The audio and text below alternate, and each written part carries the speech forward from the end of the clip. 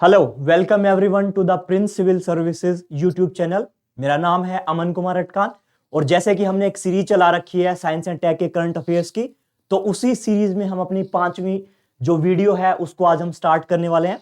ठीक है, और इस वीक में हमारी जो फर्स्ट न्यूज है वो है स्विम स्वैप स्कैम से। अब ये स्कैम नया कैसे है?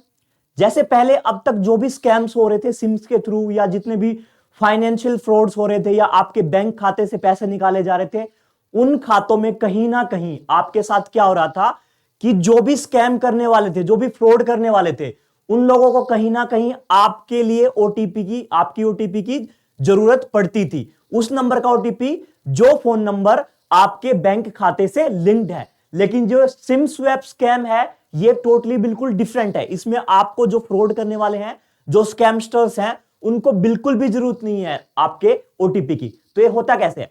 सबसे पहले जो फ्रॉड करने वाले हैं वो क्या करेंगे? वो बेसिकली किसी एक पर्सन को टारगेट करेंगे और जब उस पर्सन को टारगेट करेंगे तो उसकी सारी डिटेल ले लेंगे कि इस पर्सन का फोन नंबर क्या है, इसका आधार कार्ड नंबर क्या है और इसका बैंक अकाउंट कौन से खाते में लिंक है। तो ये सब डिटेल लेके वो क्या करेंगे? वो सबसे पहले आपका एक फर्जी आधार कार्ड बनाएंगे। ठीक है, फोटो वो खुद की रखेंगे और आधार कार्ड नंबर आपका देंगे। और उसके बाद क्या करेंगे? जब फर्जी आधार कार्ड बन जाएगा तो वो आपके ही फोन नंबर की सिम, अगर आपकी सिम जियो की है, वोडाफोन की है या फिर एयरटेल की है, तो जिस भी कंपनी की आपकी सिम है, जिस भी आईएसपी इंटरनेट सर्विस प्रोवाइडर की सिम आपके पास है, उनके पास वो पहुंच जाएंगे और ये कहेंगे कि मेरा फोन नंबर ये है और मेरी सिम गुम हो गई है या चोरी हो गई है। तो जितने भी रिटेल शॉप हैं जो सिम बेचते हैं, ये लोग क्या करेंगे? उनसे आधार कार्ड मांगेंगे और उन्होंने आधार कार्ड क्या कर रखा है? ऑलरेडी एक आपका फर्जी आधार कार्ड बना रखा है और उसी फर्जी आधार कार्ड के तहत वो क्या करेंगे? फर्जीवाड़े से एक नई सिम निकलवा लेंगे। जैसे जो सिम आपकी ऑलरेडी क्या है, आपके फोन में चल भी रही है, और उसके बदले में दूसरी सिम, वो duplicate SIM, as a duplicate SIM उसको निकलवा लेंगे। ठीक है, आपको क्या लगेगा? कुछ टाइम के बाद में वो आपको फोन करके भी चेक करेंगे कि आपकी सिम बंद हो गई या नहीं होगी।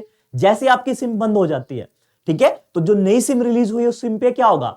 उस सिम पे रेंज आ जाएगी और आपको क्या लगेगा? आपको लगेगा कि जो पुरानी सिम है उसमें किसी नेटवर्क की इश्यू की वजह से क्या हो रहा है? क्या हो रहा है कि आपका जो मोबाइल में है इंटरनेट या फिर नेटवर्क जो है, नेटवर्क कवरेज वो शो नहीं कर रहा है। बट एक्चुअल में क्या है? आपकी जो डुप्लीकेट सिम है वो किसी और के पास है। अब ये पर्सन क्या करेंगे? अब ये पर्सन, अगर आपका एसबीआई का खाता है तो योनो ऐप इंस्टॉल करेंगे, कैनरा का है तो सीआईएन इंस्टॉल करेंगे, पीएनबी का है तो पीएनबी 1 इंस्टॉल करेंगे और ऐसे आप इंस्टॉल करके क्या करेंगे? वो आपका बैंक से मैसेज भेजेंगे। आपके जो नया सिम है, जो सिम लिंक है आपके अकाउंट से, वहां पे मैसेज भेजेंगे और उस मैसेज भेजने के बाद में क्या होगा? बैंक्स भी वेरीफाई करके बताएगा कि ये जो सिम है ये इस बैंक अकाउंट से रिलेटेड है और इस आधार से लिंक्ड है। उनके पास क्या है? आपका बैंक का डिटेल भी मौजूद है और आपका आधार का भी लिंक है। तो क्या करेंगे? वो आपके अकाउंट को डायरेक्टली एक्सेस कर पाएंगे और इसलिए आपका खाता कर पाएंगे। अब कुछ लोगों को लगेगा कि सर ऐसा तो होता नहीं है, कि क्या हो जाता है कि जब हम यूपीआई से ट्रांसफर करते हैं तो पहले दिन जब अकाउंट बनता है तो स्टार्टिंग के 24 घंटे आपको क्या होता है? सिर्फ 5,000 होते हैं।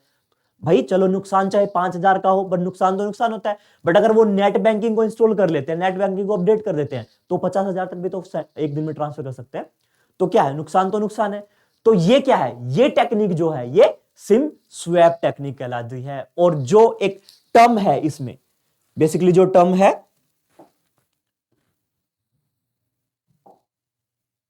उस टर्म को हम बोलेंगे जीरो क्लिक। ठीक है, कि क्या हुआ? आप बाकी जैसे फिशिंग टेक्निक होगी, विशिंग टेक्निक होगी, एडवेयर्स हो गए, इन सब टेक्निक्स में क्या है? आपको किसी ना किसी मैलिशियस, किसी ना किसी लिंक पे क्लिक करना होता है, उसके बाद में क्या है? आपकी पर्सनल इंफॉर्मेशन कहीं दूसरे के पास पहुंच जाती है। बट इसमें आपने ना तो किसी कॉन्टैक्ट पे लिंक किया है ना कुछ किया है। आप तो क्या है? ये टेक्निक किसके अंडर आती है? ये जीरो क्लिक के अंडर आती है। ठीक है, आई होप आई अंडर की आप सबको ये समझ में आएगा। ये टेक्निक जो कहलाती है सिम स्वैप टेक्निक। ठीक है, now moves to our next news. अभी अभी एक नई डिस्कवरी हुई है जिसमें यह पता लगा है कि होमोग्लोबिन जो है, जो हमारी बॉडी में जो होमोग्लोबिन होता है, वो सिर्फ और सिर्फ आरबीसी बनाने के काम नहीं आता है, उसके दूसरे भी कुछ काम होते हैं। अब देखो, अब वैसे हमारी बॉडी में बात किया जाए तो हमें होमोग्लोबिन की बात होती है कि haemoglobin that is denoted by capital H और स्मॉल बी। ठीक है, अगर आप ब्लड टेस्ट कराने जाते हो तो आपको क्या बोला जाता है कि आप में कितना ग्राम खून है? ठीक है, कितने ग्राम खून है आपको बताते हैं कि महिलाओं में कितना है। एक स्वस्थ महिला में 12 डेसीलीटर, जो डेसीलीटर तक हो सकता है, ठीक है, 12 ग्राम पर डेसीलीटर तक हो सकता है। मैन है तो एक हेल्थी मैन में 15 डेसीलीटर पर लीटर तक हो सकता है। तो क्या है, आप में इतना ग्राम खून नहीं है, आप में 1 डेसीलीटर में कितने ग्राम होमोग्लोबिन है उसका कंसेंट्रेशन। ठीक है, तो वो आपको क्या बताते हैं आपके ब्लड रिपोर्ट में, जब आप कंप्लीट ब्लड काउंट या सेल काउंट या ब्लड चेक कराने जाते हो, ब्लड चेकअप कराने जाते हो, तो वो आपके होमोग्लोबिन की कंसेंट्रेशन बताते हैं आपके ब्लड में। अब होमोग्लोबिन भी कैसे होता है, होमोग्लोबिन 2 तरह से होता है। होमोग्लोबिन का बेसिक रीजन क्या होता है, बेसिक काम इसका ये होता है कि ये क्या करता है, ये एक फॉर्मेशन बनाता है, एक बॉन्ड बनाता है, किसके लिए, अनस्टेबल बॉन्ड बनाता है, स्टेबल बॉन्ड नहीं बनाता है, कुछ टाइम के लिए बॉन्ड बनाता है ऑक्सीजन के साथ में। जब ये आपके कहां पहुंचता है, लंग से पहुंचता है और एक्सचेंज करता है किसके बीच में, कार्बन डाइऑक्साइड और ऑक्सीजन के बीच में। जब हम सांस लेते हैं हमारे अंदर कार्बन डाइऑक्साइड गया, फिर वो हमारे ब्लड में मिलेगा। ब्लड में कैसे मिलेगा, होमोग्लोबिन के साथ लिंक बना के। जब हमारे ट्रांसफर होगा किसके बीच में, जब हमारे एल्व्यूलीज और ब्लड के बीच में, लंग्स के अंदर जब ये ट्रांसफर होगा ऑक्सीजन का और कार्बन डाइऑक्साइड का। तो स्टार्ट में जब ऑक्सीजन के साथ ये अनस्टेबल बॉन्ड बना लेगा तो किस कलर का होगा, ये रेड कलर का दिखाई देगा। और उसी रेड कलर के ऑक्सी होमोग्लोबिन को हम बोलते हैं ऑक्सी होमोग्लोबिन। बट अगर इसमें कार्बन डाइऑक्साइड है तो आपको कैसा बनेगा, पर्पलिश ब्लू कलर का दिखाई देगा। ठीक है, और इसके अलावा ये आरबीसीज का जो शेप है उसको भी मेंटेन करने के लिए हेल्प करता है। अब ये सुनो, अगर होमोग्लोबिन का कंसंट्रेशन ब्लड में कम हो जाए तो क्या क्या प्रॉब्लम हो सकती है। तो सबसे मेन रीजन ये है कि अगर होमोग्लोबिन का कंसंट्रेशन आपके ब्लड में कम हो जाता है तो आपको अनीमिया नाम की बीमारी हो जाती है, दैट इज द एनीमिया। ठीक है, कि क्या है, आप में होमोग्लोबिन का जो लेवल है आपकी बॉडी में वो कम हो गया है। और कॉमन कॉजेज क्या है, क्या क्या कारण है कि आपको अमोनिया हो सकता है, या तो आपका ब्लड लॉस हो गया, एक्सीडेंट हो गया उसकी वजह से आपका ब्लड लॉस हो गया हो, या फिर क्या हुआ, आप में खाने पीना आपका अच्छा नहीं है, उचित मात्रा में आप भोजन नहीं खा रहे हैं, ढंग के न्यूट्रिशन नहीं खा रहे हैं, या फिर आपने नया बोन मैरो ट्रांसफर हुआ है, या फिर आप में क्या है, सप्रेशन हो गया है, आरबीसी सिंथेसिस, आपकी बॉडी में आरबीसी ढंग से नहीं बन पा रही है, या फिर आपने कीमोथेरेपी की कोई ड्रग्स ली है उसकी वजह से क्या है, आप में होमोग्लोबिन क्या, कीमोथेरेपी में क्या होता है कि आपकी सेल्स डिस्ट्रॉय होने लग जाती है, मतलब आपकी सेल्स को नष्ट कर दिया जाता है, तो उसकी वजह से भी आपको हीमोग्लोबिन की कमी हो सकती है, या फिर आपका किडनी फेलियर हुआ। तो ये कुछ रीजन है जिसकी वजह से भी क्या है, हमेशा होमोग्लोबिन की मतलब कमी हो सकती है, ठीक है, बॉडी में। अब हम मूव करते हैं अपनी नेक्स्ट न्यूज पे, and the next news is about aerosol, aerogel. ठीक है, ये ध्यान दो गाइज, ये थोड़ा सा आप करेक्ट कर लेंगे, एडी है ये, एडजोर्बेंट्स। ठीक है, एरोसेल, एरोजेल्स की बात की गई कि बेसिकली एरोजेल्स होते क्या हैं।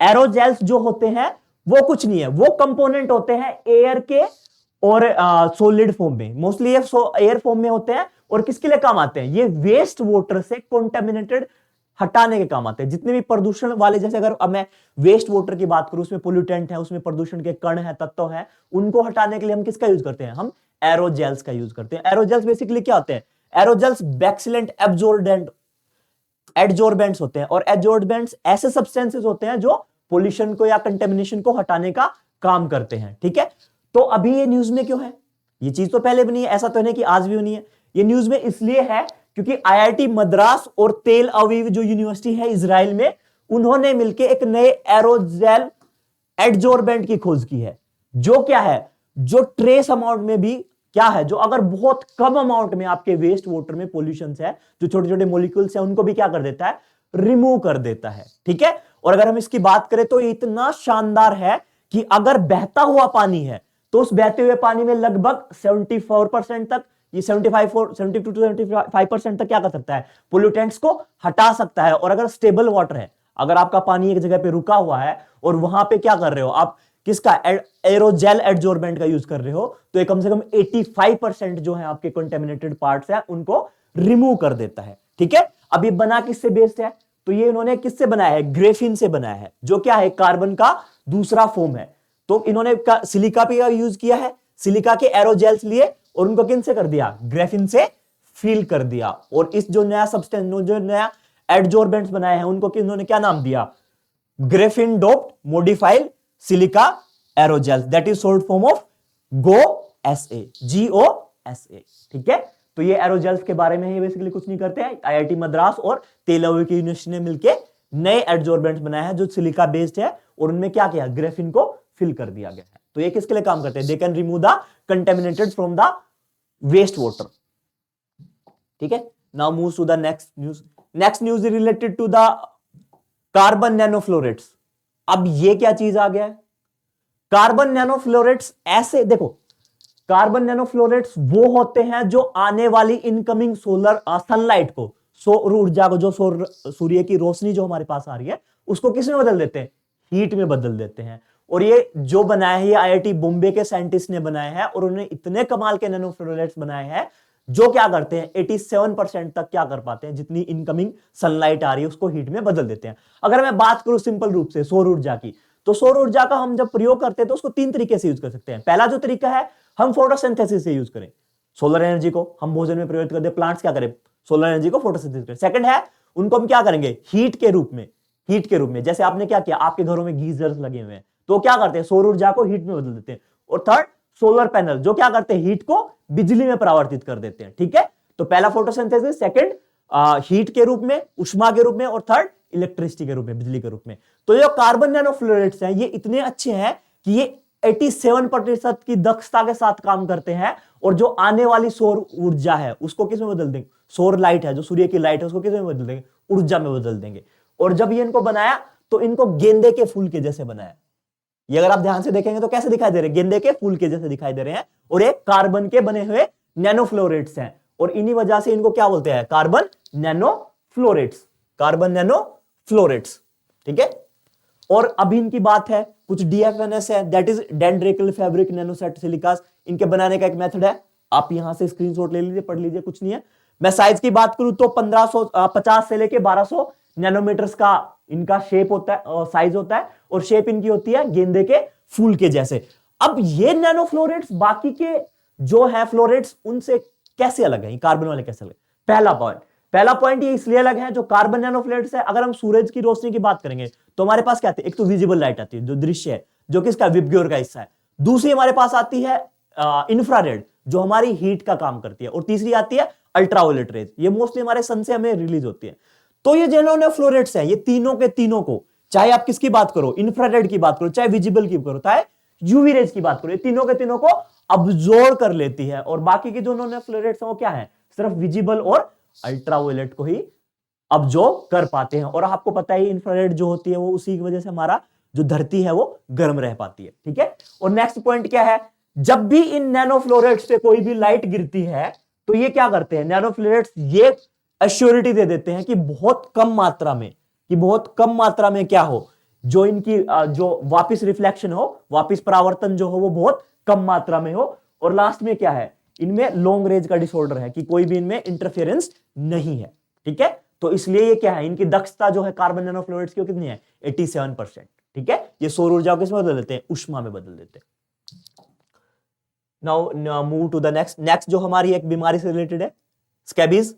ठीक है, स्कैबीज क्या है, एक पैरासिटिकल इन्फेक्शन है जो पैरासाइट से होता है। ठीक है, और उस पैरासाइट का क्या नाम है, नाम है सार्कोप्टेस स्कैबीज। सार्कोप्टेस स्कैबीज नाम से एक पैरासाइट है और जिसकी वजह से हमें स्कैबीज की बीमारी होती है, जैसे चितक के दाने से बॉडी पे होने लग जाते हैं। ठीक है, ये माइक्रोस्कोपिक माइट्स होते हैं, छोटी छोटी जुएं के जैसे होते हैं, कि छोटी जो माइक्रोस्कोपिक जुएं हैं उनकी वजह से ये होता है। और ये क्या कर लेती है, ये आपकी स्किन पे क्या करने लग जाती है, अंडे दे देती है और बाकी सब चीजों की वजह से आपको हो जाता है। अब बताओ क्या इसका ट्रांसमिशन कैसे होता है, अगर किसी इंसान को स्कैबीज है तो उसके जो साथ रहने वाला है तो उसको भी स्कैबीज हो सकती है, नियर अगर आप कॉन्टैक्ट में आओगे तो क्या है, scabies person to person transmit हो सकती है। ठीक है, साथ में इसके सिम्टम्स क्या है, सिम्टम्स क्या सिंपल है कि आपको खुजली होने लग जाएगी। बट स्कैबीज में एक शानदार चीज देखी जाती है, मतलब शानदार चीज तो क्या है, वैसे तो घटिया है, बट एक फिनोमेना देखा जाता है, उसमें कहा जाता है कि जो पेशेंट को जिसको स्कैबीज हुई है उसको रात के टाइम पे ज्यादा खुजली होने लग जाती है। ठीक है, ऐसा क्यों होता है, ऐसा इसलिए होता है कि जब रात के टाइम में क्या होता है, हमारी बॉडी का तापमान थोड़ा सा वो हो जाता है, हाई हो जाता है, यानी हमारी बॉडी थोड़ी गर्म होने लग जाती है। जब हम सोने की कोशिश करते हैं, कुछ छोड़ के सोओगे तो बॉडी गर्म होती है, और जैसे ही हमारा जो बॉडी का जो स्किन है, स्किन पे टेम्परेचर जब बढ़ता है तो ये माइट्स क्या हो जाते हैं, ये जुएं जो है माइक्रोस्कोपिक सूक्ष्म जुएं हैं, ये क्या हो जाती है, ये एक्टिवेट हो जाती है, और उन्हीं के एक्टिवेट से क्या होता है, रात के टाइम में ज्यादा खुजली महसूस होने लग जाती है। और अगर बहुत, क्या ये चिल्ड्रंस में होता है, ऑफ कोर्स ये चिल्ड्रंस में होता है।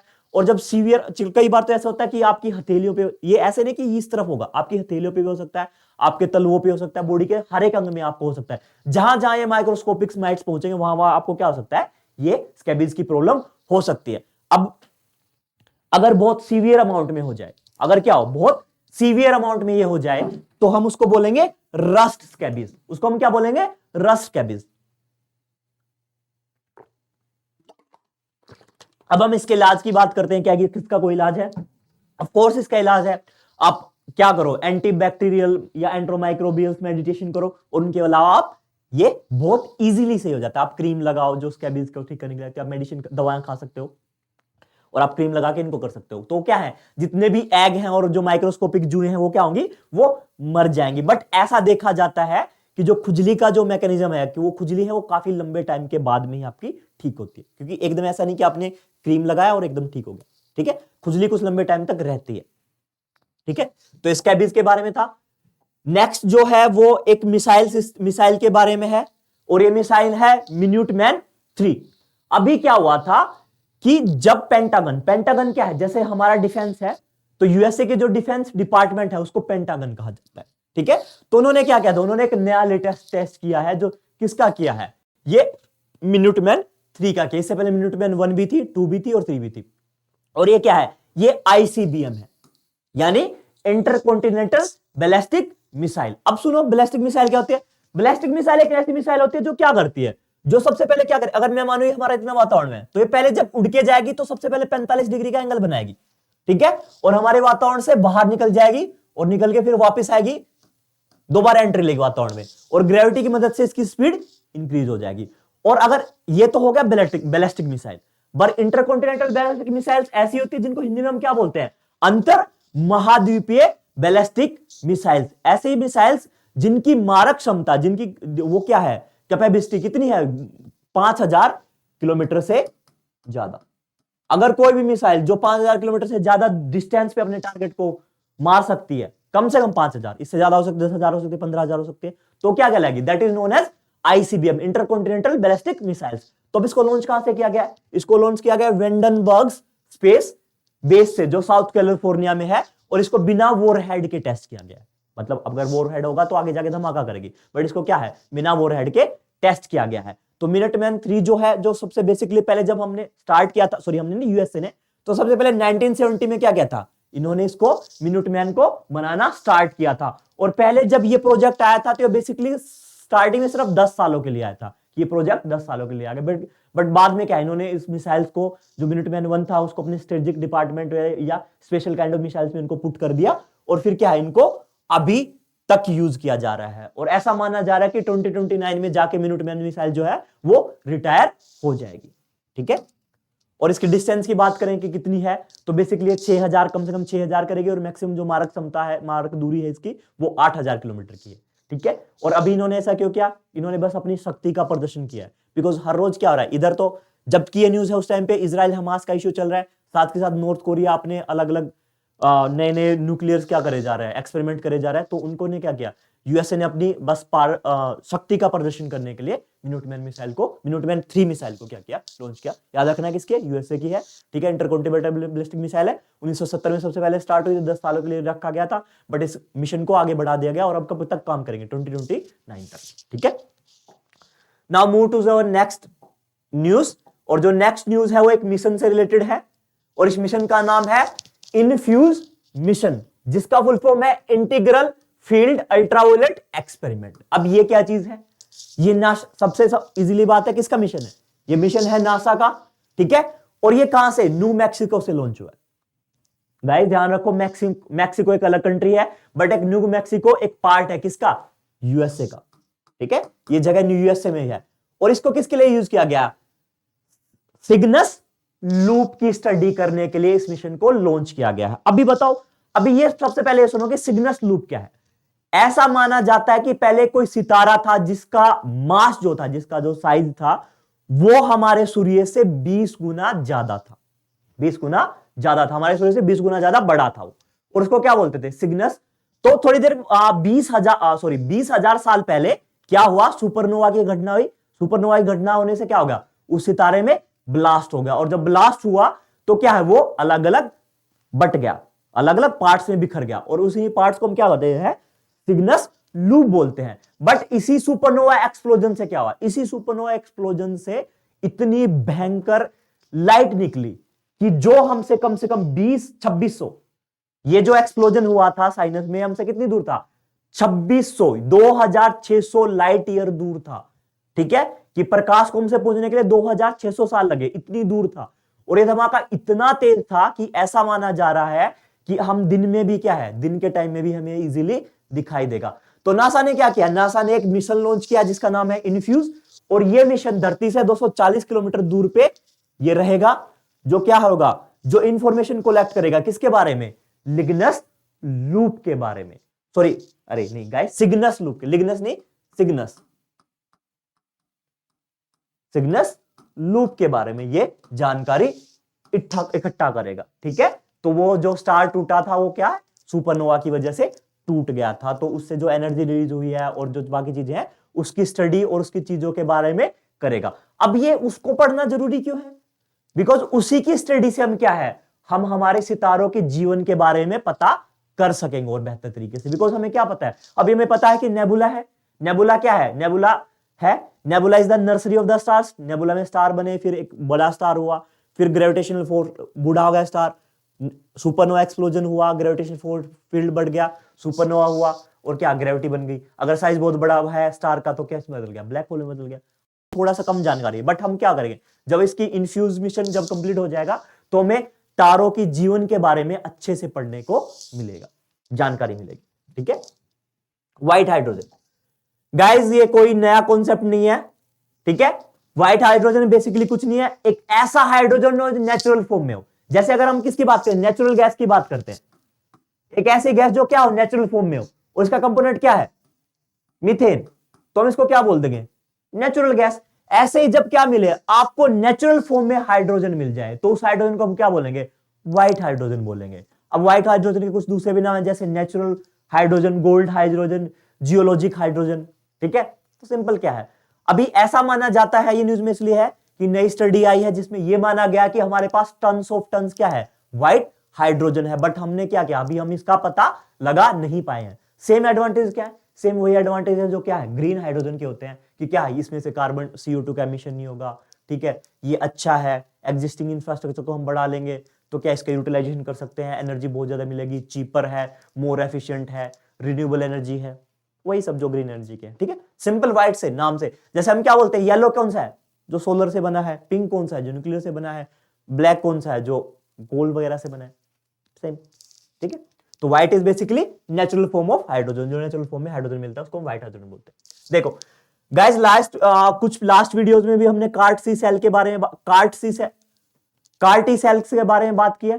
ठीक है, ये एक थेरेपी है, कार्टी सेल की थेरेपी, जिसमें आप क्या करते हो, एक हेल्दी इंसान से सेल लेते हो, उसके बाद में क्या करते हो, उनको कार्टी सेल्स को ले लेते हो, इम्यूनिटी की जो सेट होती है उनको क्या करते हो, अच्छे से बना लेते हो, देन क्या है, आप उसको इंजेक्ट कर देते हो किसी ऐसे एक इंसान में जिसको कैंसर है, और क्या करेगी, इम्यूनिटी उनको एक्सेप्ट कर लेगी और क्या करेगी, उस इंसान को सही कर देगी। अब क्या है, लास्ट वीक भी हमने बात की थी नेक्स्ट कार्टी 19 के बारे में।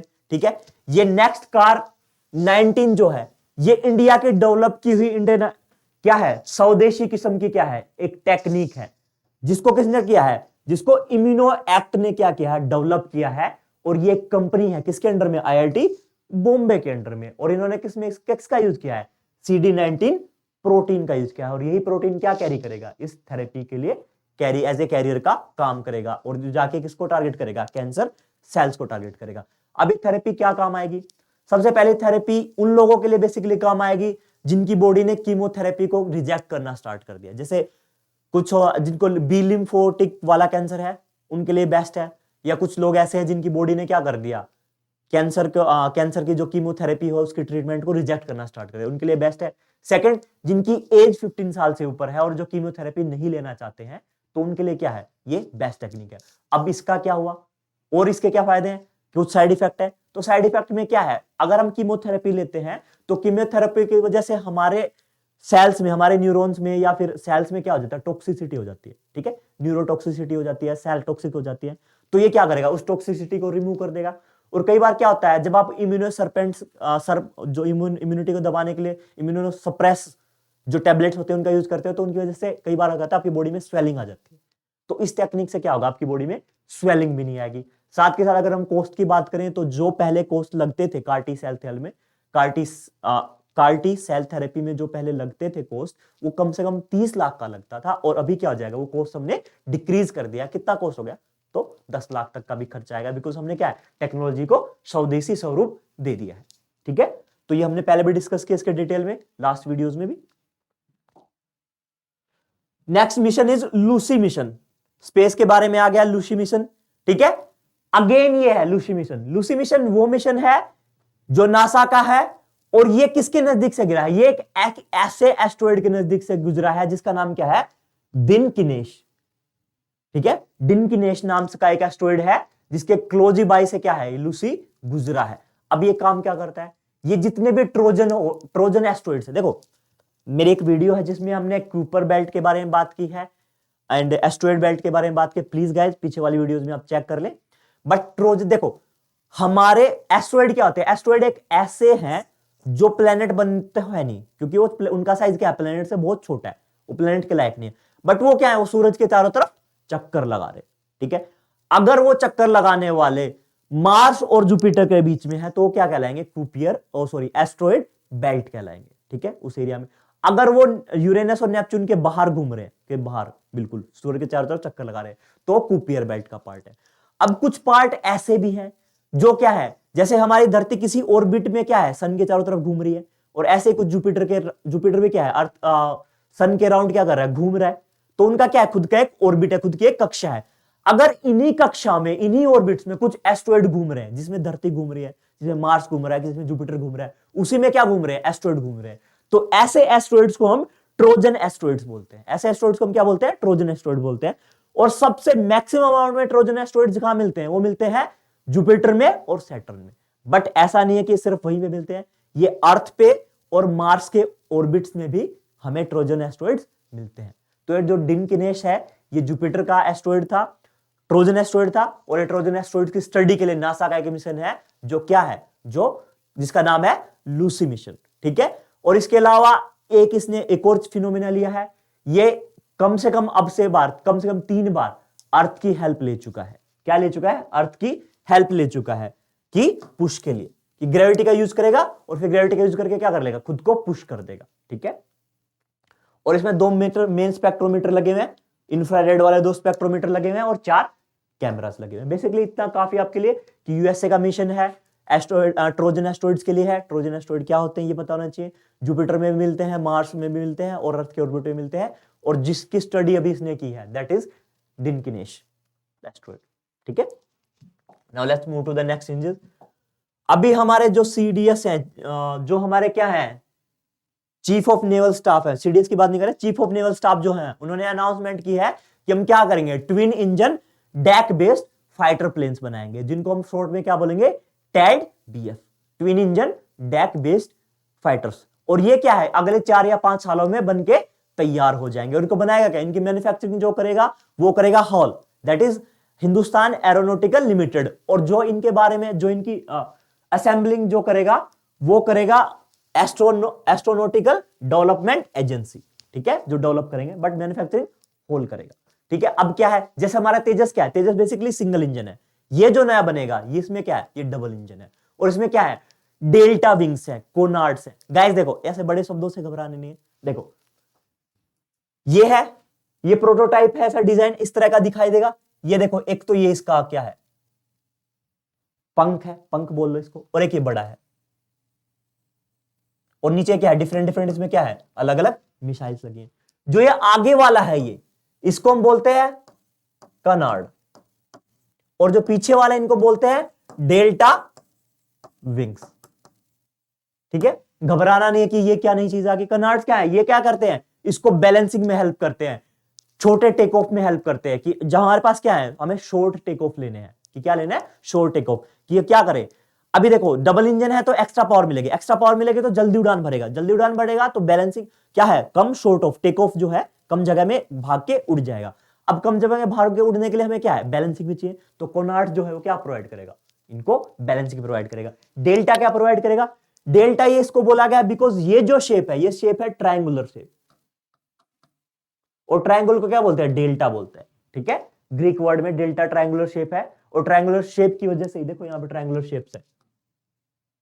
ठीक है, डेल्टा विंग्स अलग से जो है, इनमें शेप है डेल्टा विंग्स की, तो क्या है ट्रायंगुलर शेप है और वो हेल्प करेंगे। अब इससे क्या है शॉर्ट टेक ऑफ हो जाएंगे, बहुत इजीली उड़ पाएंगे, जो लैंडिंग करेंगे वो कम टाइम में कर लेंगे, ठीक है। ये सब कुछ इसके फायदे हैं। और इसके फीचर्स में बात करें तो इसमें क्या है, हाँ बेसिकली वही है नेवी का जो क्या है short take off barrier arrested discovery, जिसको स्टोस बार बोलते हैं, स्टो बार बोलते हैं, ठीक है। उन सबको क्या कर लेगा।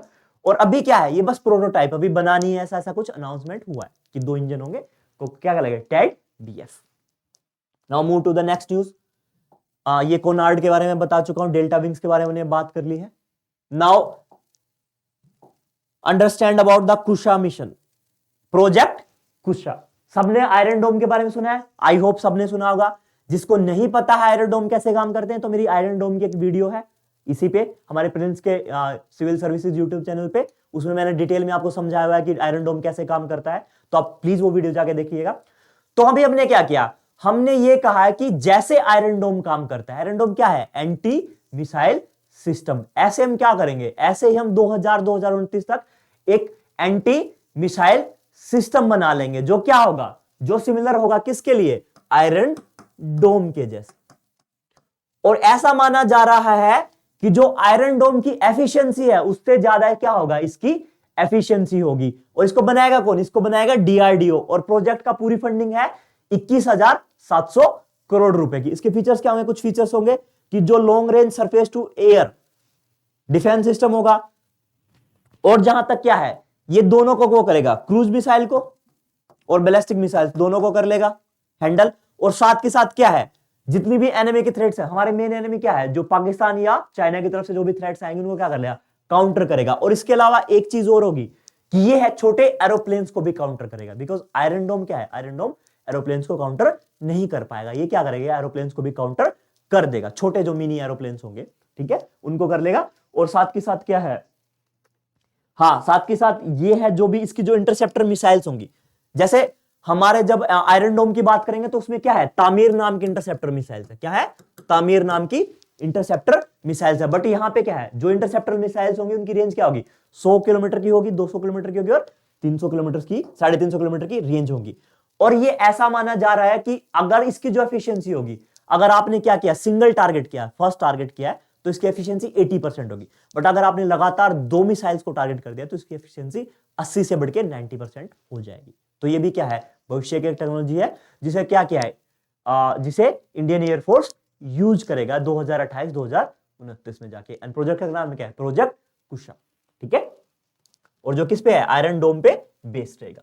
सेकंड नेक्स्ट न्यूज जो हमारी है वो है मिथेनॉल डीजल 15 फ्यूल की। कुछ नहीं है, जैसे हम क्या करते हैं, पेट्रोल में क्या करते हैं, E20 ethanol blending, 20% of ethanol in petrol. वैसे हम क्या कर रहे हैं, जो भी हमारे किसके रेलवे के इंजन चलते हैं, किस पे चलते हैं, डीजल्स, हमने क्या कर दिया, उनके लिए नया रिफाइंड फ्यूल बना दिया है। और उसी फ्यूल को हमने क्या नाम दिया है, मेथनॉल डीजल 15। और ये बनाया किसने, ये बनाया है रिसर्च डिजाइन स्टैंडर्ड ऑर्गेनाइजेशन, जिसको शॉर्ट में बोलते हैं RDSO।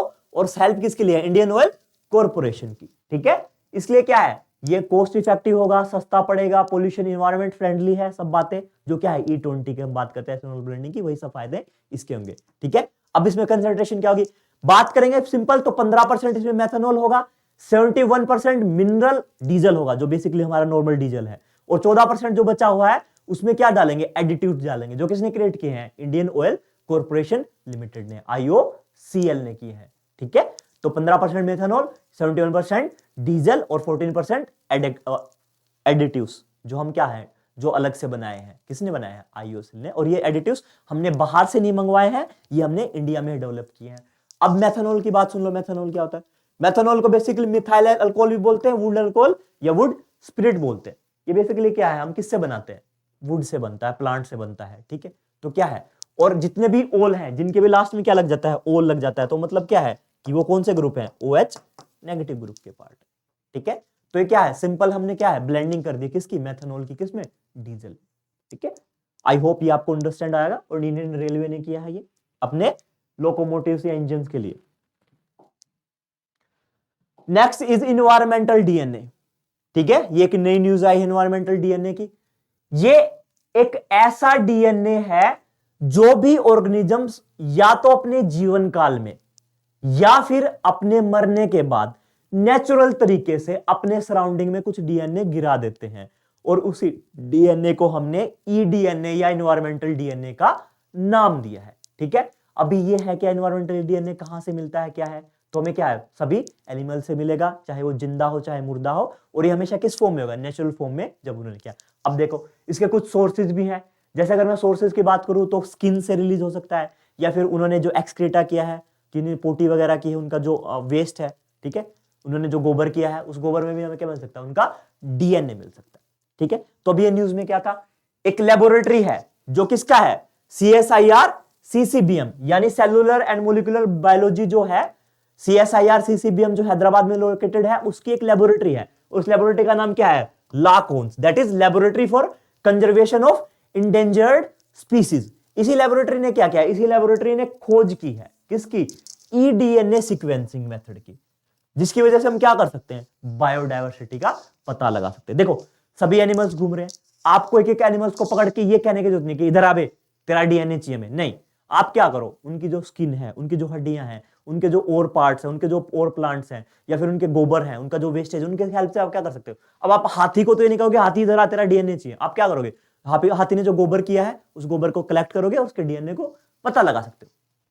अब सुन इसके फायदे क्या है, इसके फायदे ये है कि अगर किसी भी जानवर में कोई नई बीमारी आ रही है, कोई नया वायरस का कुछ प्रॉब्लम आ रही है, अब शेर को तो आप ये नहीं कहोगे पकड़ के ला इधर आ, मैं क्या करूंगा, तेरा डीएनए निकालता हूं, खा जाएगा वो। ठीक है, तो बेटर क्या है, हम क्या करेंगे, ऐसे जानवरों के क्या करेंगे, पोटी वगैरह लेंगे, या फिर उनसे क्या करेंगे, उनसे हम उनका डीएनए निकालेंगे और पता लगाएंगे। तो जितने भी अगर कोई नई बीमारी आ रही है, कोई भी नई डिजीज आ रही है, कोई भी नया वायरस अटैक है, कोई भी नया बैक्टीरियल अटैक है, कोई भी कुछ है, या कोई पैथोजन अटैक है, तो उसका हम क्या लगा लेंगे, उसका पता लगा लेंगे।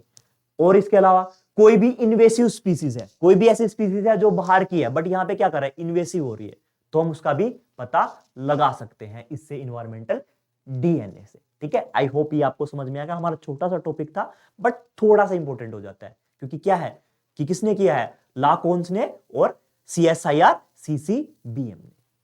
ठीक है, हैदराबाद में जो लोकेटेड है। Now moves to the next. ठीक है, नेक्स्ट जो है ये टेलुरियम के बारे में है। ठीक है, अब ये टेलुरियम क्या होता है, ये हमारा एक एलिमेंट है जिसका एटॉमिक नंबर 52 होता है and that is denoted by Te। अभी फिजिसिस्ट ने एक नया एविडेंस निकाला है और उसी एविडेंस के आधार पर उन्होंने ये कहा है कि जो टेलुरियम है वो न्यूट्रॉन स्टार्स जब भी आपस में मिलते हैं, दो न्यूट्रॉन स्टार, तो उनके मर्ज से टेलुरियम प्रोड्यूस होता है। चलो ये तो थी बाहर की बात। अब टेलुरियम होता क्या है, टेलुरियम एक ऐसा सब्सटेंस है जो क्या है, जो सेमी मेटालिक है, ठीक है, क्रिस्टल फॉर्म में होता है, चमकदार होता है, सिल्वर व्हाइट कलर का होता है, 52 नंबर एटॉमिक नंबर है, और साथ के साथ क्या है, ये जब मिलता है तो ये दोनों की प्रॉपर्टीज रखता है। इसके पास मेटल की प्रॉपर्टीज भी हैं और नॉन मेटल की प्रॉपर्टीज भी हैं। और जब आप इसको जलाओगे टेलुरियम को, तो ये ग्रीनिश ब्लू फ्लेम रिलीज करता है। जैसे अब जलाओगे तो किसी की जब जलने से कैसे, कुछ तो येलो कलर के जलते हैं, कुछ ब्लू कलर से जलते हैं, तो ये जब जलेगा तो ग्रीनिश ब्लू फ्लेम रिलीज करता है। ठीक है, और इसके रिजल्टेंट में टेलुरियम ऑक्साइड बनाता है। अब ये मिलता कहां का है, मिलने की बात है तो मोस्टली क्या है, ये एक किसकी कमाल की बात है, गोल्ड क्या है, गोल्ड लीस्ट रिएक्टिव क्या है, एलिमेंट है।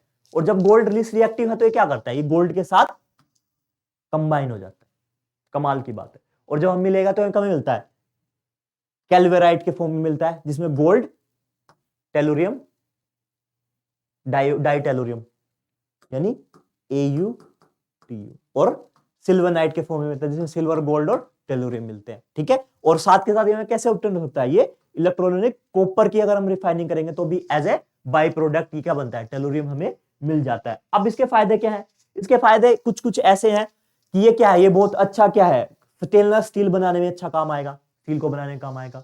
और जितने भी हमारे सेरेमिक्स होते हैं, सेरेमिक्स जो है, जो हमारे क्या होते हैं, मार्बल की जो नई टाइल्स आती हैं, अलग अलग जो आर्टिफिशियल वाली आती है, सेरेमिक की जो टाइल्स आती हैं, उनमें एज ए कलरिंग एजेंट का काम करता है। किसका, कलरिंग एजेंट का काम करता है। कि जो आप रंग बिरंगी आपने घर पे जो टाइल्स वगैरह देख रहे हो, सेरेमिक के टाइल्स देख रहे हो, सेरेमिक के बर्तन देख रहे हो, वो क्या है, वो इसी के कारण है। किसके कारण है, टेलुरियम के कारण है। ठीक है, और साथ के साथ रबड़ को जब आप गलाते हो तो उसमें भी रबड़ के गैल्वेनाइजेशन में हेल्प करता है। ठीक है, ये जो तो 3 इसके एप्लीकेशंस थे। ठीक है, आई होप आपको समझ में आएगा। अगर आप इसकी बात करो तो 4D 2s और 5 ये मेटलॉइड का पार्ट होता है, दोनों की प्रॉपर्टीज होती है, मेटल और नॉन मेटल की प्रॉपर्टीज होती है।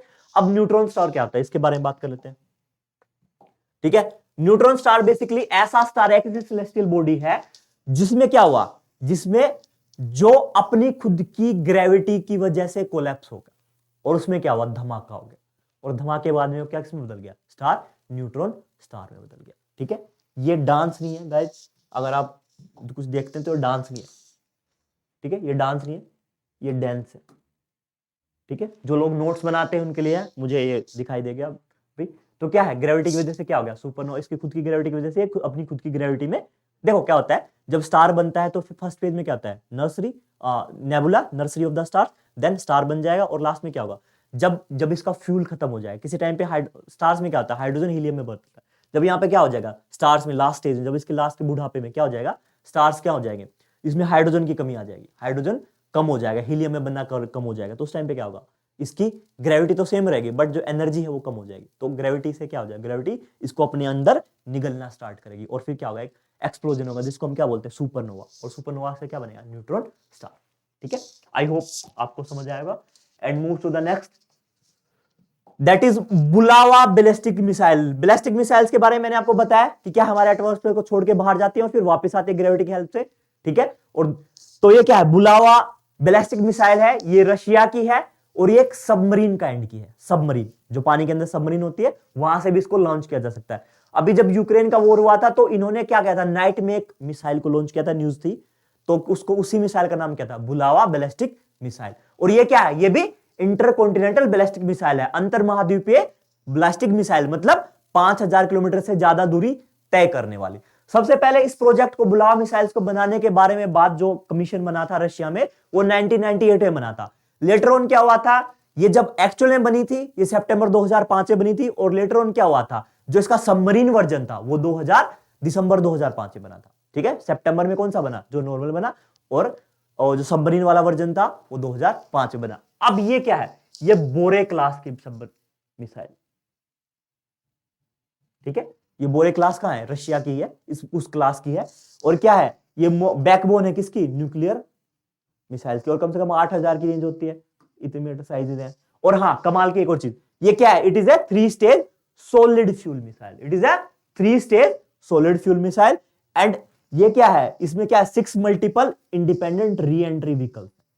ठीक है, वॉरहेड भी, वॉरहेड कैसा है कि इसके अलग अलग वॉरहेड में क्या है, अलग अलग आप क्या रख सकते हो, अलग अलग एलिमेंट्स रख सकते हो। ठीक है, चलो, बुलावा रशिया की है, आप अंडरस्टैंड करेंगे। ओहियो क्लास की सबमरीन है।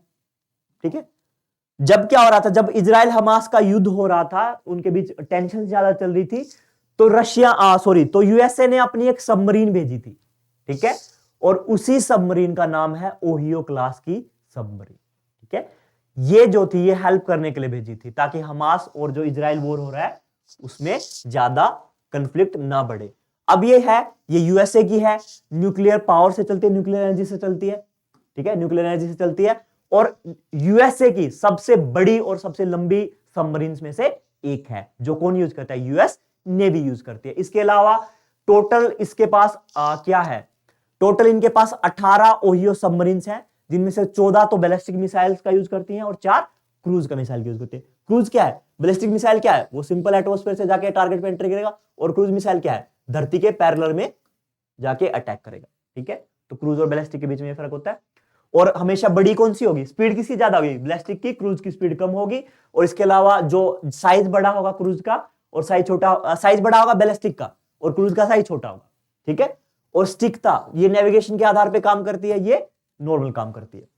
तो जिसका जो टारगेट है वो क्या है, वो ज्यादा अच्छा किसका होगा, क्रूज मिसाइल का। इसके अलावा हम इनके क्रू मॉडल्स की बात करें, किसमें, ओहियो क्लास के सबमरीन है, उसमें 2 तरह के क्रू होते हैं। पहले क्रू होते हैं जो क्या है, ब्लू क्रू, और दूसरे गोल्ड क्रू, और ये सब तक 70 दिन तक काम करते हैं। और इसकी क्वालिटी की अगर हम बात करें तो जो सबमरीन है इसकी स्पीड है 30 नॉटिकल माइल की स्पीड है, और ये इंडेफिनेट टाइम के लिए, बहुत अनंत समय के लिए क्या रह सकती है, जल के अंदर रह सकती है, सबमर्ज, पानी के अंदर छुपी रह सकती है। क्यों रह सकती है, बिकॉज न्यूक्लियर पावर से काम करती है, इसका फ्यूल इजीली खत्म होता ही नहीं है। ठीक है, और इसके अलावा जब हम इसमें बात करें कैपेसिटी में, तो ये 24 ट्राइडेंट सेकंड बैलिस्टिक मिसाइल्स रख सकती है, और टॉम हॉक जो क्रूज मिसाइल्स हैं यूएसए की, उनको 154 टॉमहॉक क्रूज मिसाइल को ये एक साथ लेके चल सकती, ठीक है। एंड द ना I think this is yes, थोड़ा सा this is the last topic, और जो लास्ट टॉपिक है ये है यूक्लिड स्पेस टेलीस्कोप। ये जो है टेलीस्कोप ये किसका है, ये ईएसए का है, that is European space agency. और यूरोपियन स्पेस एजेंसी ने जो बनाया है, इनका एक प्रोग्राम है जिसको बोलते हैं कॉस्मिक विजन प्रोग्राम। और इसी विजन का, इसी प्रोग्राम का मेन रूल ये है, ये लोग चाहते हैं, ये लोग ये जानना चाहते हैं कि यूनिवर्स जो हमारा ब्रह्मांड है उसकी उत्पत्ति कहां हुई, क्या कहां से हुई, उसके मेन मेन कंपोनेंट्स क्या थे, उसके फंडामेंटल्स कौन से कानून है जो उसको रूल करते हैं। और साथ के साथ जो मोस्ट इंपॉर्टेंट अलग से जो चीज कर रहा है, देखो हमारे यूनिवर्स का एक तो है ब्राइट साइड, एक है डार्क साइड, और ये जो है मिशन, ये डार्क साइड यूनिवर्स के बारे में काम करता है। साथ के साथ ये डार्क मैटर के बारे में बात करता है और डार्क एनर्जी के बारे में बात करता है। और ये इसको कब लॉन्च किया गया था, इसको लॉन्च किया गया था 1 जुलाई 2023। और इस यूक्लिड का जो नाम दिया गया है वो यूरोप के एक बहुत फेमस मैथमेटिशियन थे जिनका नाम था यूक्लिड अलेक्जेंडर। तो इसी जो स्पेस मिशन का है, जो टेलीस्कोप का नाम किसके नाम पे, उनके मैथमेटिशियन के नाम पे लिखा हुआ है, जिनको फादर ऑफ ज्योमेट्री भी कहा जाता है, ठीक है। उन्होंने ज्योमेट्री की खोज की थी, that is also Euclid is also known as, Euclid Alexander is also known as father of geometry. तो उन्होंने क्या किया था, इसकी खोज की थी। और किसका मिशन है, यूरोपियन स्पेस एजेंसी का, ठीक है। So I hope guys you like my videos, ठीक है। नेक्स्ट वीक फिर से मिलते हैं, कोशिश करते हैं कि हम हमारा जो गैप जो अभी ज्यादा हो गया है उस गैप को कम करेंगे। थैंक यू, अगले वीक फिर से मिलते हैं। Thank you so much, thank you for watching, thank you guys.